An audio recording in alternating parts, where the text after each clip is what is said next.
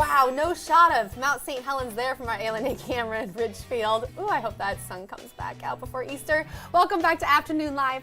If you're struggling with your sexual confidence, our next guest is here with valuable tips on how to build your confidence to ask for what you want in the bedroom. We welcome back sex coach Christine D'Angelo is with me. Am I already blushing? Yeah, a little bit. But it's okay. I asked you, I'm like, are you ready for this? She's like, are you ready? I'm like, it is always me, isn't it? Here we go. But this is a great topic. Thank you for having me. Yeah. And I'm so excited to talk about sexual confidence because it is something that comes up all the time in my practice. A lot of people want sexual confidence, but they have no idea how to build it. So that's why I thought this would be a great segment. I created an acronym, LOVER, to help people, just as a guide, you know, to be like, oh, where can I you start? can remember that, right? Lover is an easy Lover. one to remember. Yes, yes. So lover it is. And the thing about sexual confidence is it's not necessarily because you're not sexual, right? Or you're even just getting into being sexual with somebody. That can go up and down with age, with how you feel about your body, Yes. with where you are in your life. If you just had kids. Yes. So it's really for everyone at any point. Great segue into L, which is love yourself. Starting with loving who you are as a person, what you see in the mirror, who you are, what's your personality, embracing it, and being able to be naked and look in the mirror and say, oh man, yes. Okay, I've but got how do this. you get there? What's a tip to So, that? a really simple tip is start paying attention to the thoughts that you're having. Are they mostly positive or are they mostly negative? For a lot of us, it is, I call it that gremlin inside of our heads that's just like, lose weight, do this, do that, you need to be younger, look prettier, all these things. So the more that you can recognize that negative thought, flip it, and then flip it into a positive thought. So you start practicing that over and over again, and most of us will be doing it all day because that's how often a negative thought will come through. Yes, and the thing is, my husband always says it's confidence that's everything. It's not whether or not you've gained 10 pounds, if you just had a baby, if you know this or that. Yes. It's all about the confidence. A study, actually several studies show that when someone is dating, that's the number one thing that they're drawn to is confidence. So, love yourself Love first. yourself. Yes.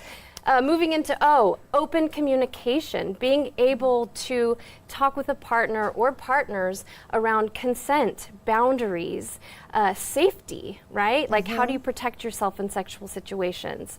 And then that really leads me into V for voice, finding your sexual voice, allowing your throat to open and have feelings and emotions and thoughts come out. It's very difficult for a lot of people. So how do you become brave enough to do that? So you start to become empowered, and you start to explore either solo or with partners about what you like and dislike sexually. Okay. Because the more you get to know yourself that I way. thought E was going to be every day, like just every day. And that then, too. I should put another E in there. Yes, that's very true. Yes, Okay, so empowerment. So Okay. the more you can get to know yourself sexually, the better you'll be able to articulate that to someone else when they ask, so what do you like? What do you want? How can I give you pleasure? And you'll be like, oh, well, let me tell you all these ways, right? And then be sure to reciprocate that question to your partner and say, well, what do you want? What do you need, right? So it's not just all about you, but you're also incorporating the needs of your partner. And then R is for rejecting shame and guilt when it comes to your sexuality. Okay. What's so beautiful about sexuality is that it's unique to you, it's yours, and no one can take that away from you. So really being able to embrace it and realize that you deserve pleasure, and especially for women, it is very difficult for women to put aside and reject that societal shame and guilt around being a woman who actually enjoys sex. Okay. No, it's very true. When it comes to being empowered and having all that, where do you turn to? Do you read a lot? Do you have books that you suggest? Do you have things to try? I know we're a 2 o'clock show, but.